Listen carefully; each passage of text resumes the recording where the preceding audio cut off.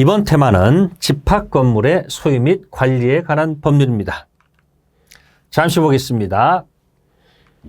집합 건물의 소유 관련 얘기는 전유 부분과 구분 소유권 목적인 건물 부분이죠. 공동 사용 부분, 복도, 계단, 엘리베이터, 그 다음에 대지 사용권 세 가지가 집합 건물 소유 관련 얘기죠. 그 다음에 관리에 관한 얘기죠.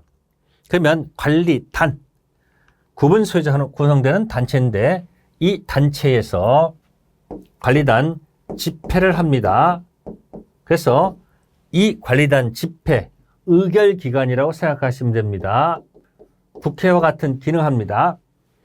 의결했으면 집행을 해야 되겠죠. 그래서 관리인은 집행기관입니다. 집행기관. 관리단 대표하고 사무집회를 집행하는 겁니다. 그 다음에 이 관리인이 제대로 집행하는지 감독기관이 필요하죠. 그래서 관리위원회, 이거는 감독기관이다라고 생각하시면 돼요. 순서대로 기억하세요. 자, 의결했으면 집행하고 감독한다. 감독기관입니다. 그래서 집합 건물의 소유에서는 특징이 전유 부분이 주가 되고 공용 부분이 종, 대사용권도 종. 그래서 주가 가면 종된 것들이 붙어서 일체가 돼서 간다는 사실을 일단 기억해 두시면 좋겠습니다. 그러면 순서에 따라서 집합 건물의 구분 소유, 전유 부분, 구분 소유 성립, 구조상 이용상 독립성. 자, 보시면 구조상 독립성 갖춰야 됩니다. 소유자 구분 행위가 있으면 되겠죠. 구분 건물로 하겠다는 의사. 그래서 구분 등기에 소유권 성립하는가. 자, 여기 보시면 객관적으로 구조상 이용상 독립성 있고 주관적으로 구분 행위가 있다면 구분 등기가 되어 있지 않아도 구분 소유권 성립하네요. 즉 구분 소유권 취득 시점은 등기 취득이 아니고 자동 취득이라는 거죠. 등기 취득 아니고 자동 취득으로 기억하시고 구분 소유자 의무가 있네요. 공동이익에 반한 행위 금지, 주거용 건물 용도 변경 및 중개측 금지, 의무 위반자 조치 4가지가 있습니다. 자, 그런 행위 하지 말아달라고 행위 정지 청구. 요거는 과반수로 결정합니다. 그리고 소송도 좋고요. 소송 외도 가능합니다. 근데 사용 금지는 반드시 소로서 들어가야 됩니다. 요거는 4분의 3 결의가 요하고요. 그 다음에 경매, 명령 청구죠. 경매, 명령 청구죠. 이것도 특별결의 4분의 3. 점유자 된 인도 청구도 똑같습니다. 의무 위반 조치, 정족수 숫자를 한번 기억하시고요. 그 다음에 분양자와 시공자의 담보 책임. 그래서 건물을 건축하여 분양한 자, 분양자도 담보 책임지고요. 분양자 계약에 따라 건물을 건축한 자, 시공자도 담보 책임을 진다. 그래서 이 규정된 것보다 매수인에게 불리한 특약은 효력이 없을 것이고 하자 담보 책임을 주장할 수 있는 자는 특별한 사정이 없는 한 현재 집합 건물 소유자, 현재 집합 건물의 소유자가 된다는 것. 분양자, 시공자 담보 책임은 건물의 건축상 하자, 물건 하자에 관한 것으로 대지 부분에 권리상 하자까지 적용되는 것은 아니라는 거 참고해 두시고, 담보 책임 존속기간입니다. 건물 주요 구조 및 지반공사 하자는 10년, 그의 하자는 5년, 담보 책임 출발절 기산점은 전유 부분입니다. 구분 소유권 객체가 되는 부분의 출발점은 인도, 점유 받은 날로부터 1년.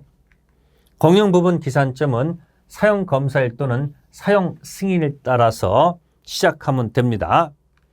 다음에 공동 사용 부분입니다. 공용 부분이죠. 전원 공유, 각 구분 소유자 지분은 전유 부분 면적 비율로 계산하면 되고, 공용 부분은 종류가 2가지가 있습니다. 누가 보더라도 구조상 공용 부분. 원래는 구분 소유 객체가 되는데 자, 규약으로 공용 부분으로 하는 경우도 있습니다. 그러면 성질상 누구든지 알 수 있는 공용 구조상 공용 부분은 복도, 계단, 현관, 엘리베이터죠. 당연히 됐기 때문에 이런 것은 등기할 이유가 없는 거예요. 그런데 전유 부분이 될 수 있는데 구분소유권 객체가 될 수 있죠. 그런데 규약이나 공정증서로 공용 부분으로 된 부분. 요즘 아파트 가면 자, 규약상 공용 부분이 있습니다. 뭐 독서실이라든지 또는 여러분 체육 운동하는 시설 같은 거 있죠.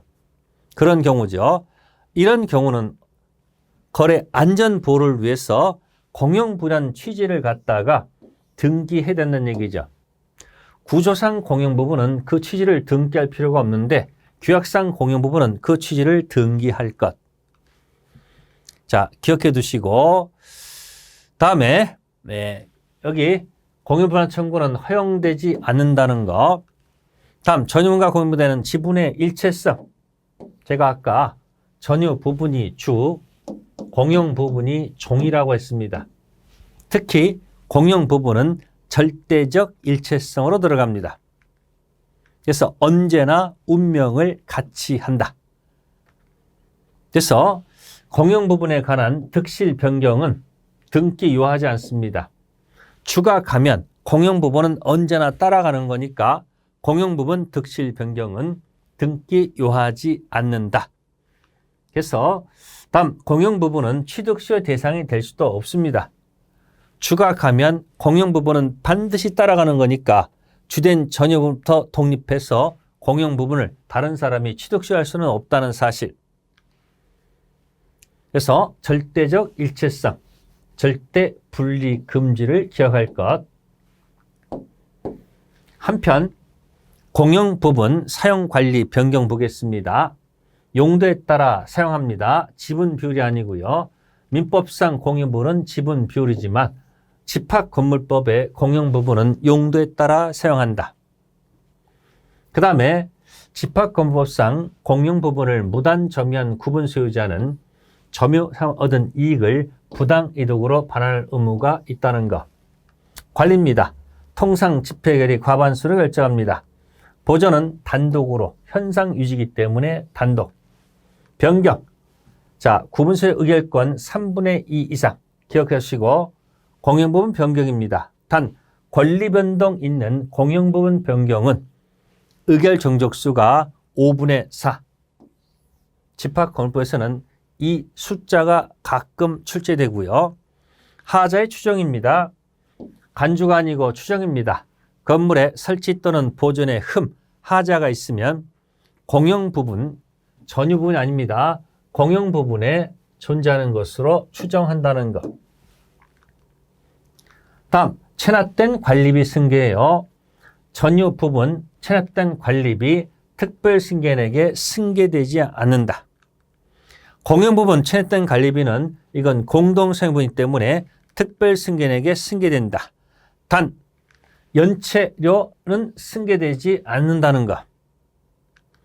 다음 대지사용권입니다.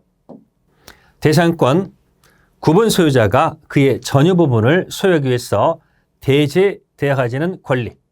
보통 소유권이 보통인데 소유권 아닌 다른 권리, 지상권, 전세권, 임차권도 대상권이 될 수 있다는 것. 그리고 전유 부분과 대상권의 일체성. 아까 제가 주종관계에 있다고 했었습니다.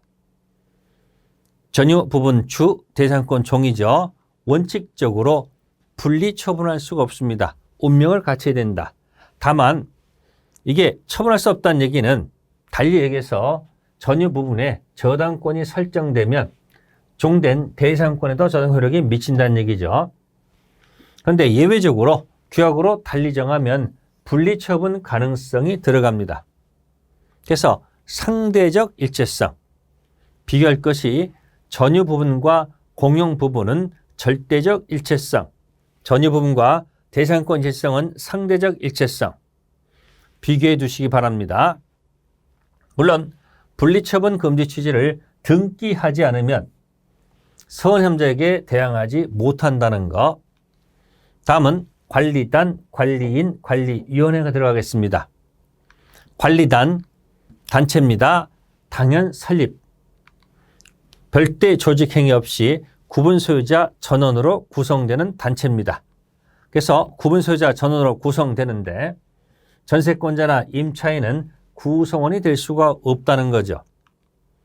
미분양된 전유물의 구분 소유자 구성원 될 수가 있고요. 분양대금 완납했으나 아직 등기하지 못한 수분양자도 구성원이 될 수가 있다는 것. 관리단 집회, 이제 의결기관입니다. 정기관리단 집회는 회계연도 종료 후 3개월 이내 집회를 소집. 임시관리단 집회는 숫자 기억하세요. 자, 5분의 1 이상 청구. 관리인이 필요하다고 인정한 때 또는 구분소유자 5분의 1 이상 청구해서 임시관리단 집회 소집할 수 있다는 것. 그 다음에 구분소유자 전원 동의가 있다면 전원 동의입니다. 소집자가 거치지 않고 소집할 수 있다. 전원 동의가 있다면. 그래서 의결기간. 그럼 의결했으면 뭐 해야 됩니까? 집행해야 되겠죠. 그래서 관련 집회 결의 의결권입니다. 의결 정서수 봅시다. 각 구분 소유자 의결권은 전유 부분 면적 비율에 따른다. 여럿이 공유했을 때는 공유자는 집회에서 의결권을 행사할 1인을 정한다.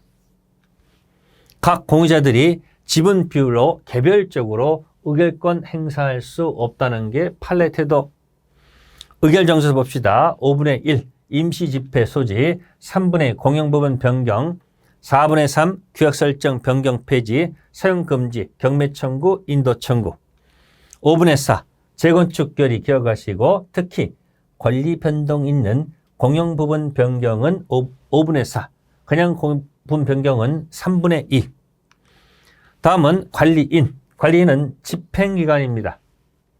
앞에 의결기관 했으면 이제 집행해야 되겠습니다. 관리단 대표하고 사무를 집행합니다. 구분 소유자 10인 이상이면 관리인 선임이 강제되어 있다는 것. 10인입니다. 그리고 관리인은 집행하는 사람으로 구분 소유자일 필요가 없고요. 임기는 2년 범위에서 규약으로 정하면 되고요. 임차인이 관리인 될 수가 있습니다. 근데 이제 관리위원회는 감독기관. 그래서 감독기관이기 때문에 관리인 사무집회를 감독하고 관리위원회 위원은 구분 소유자 중에서 선출한다.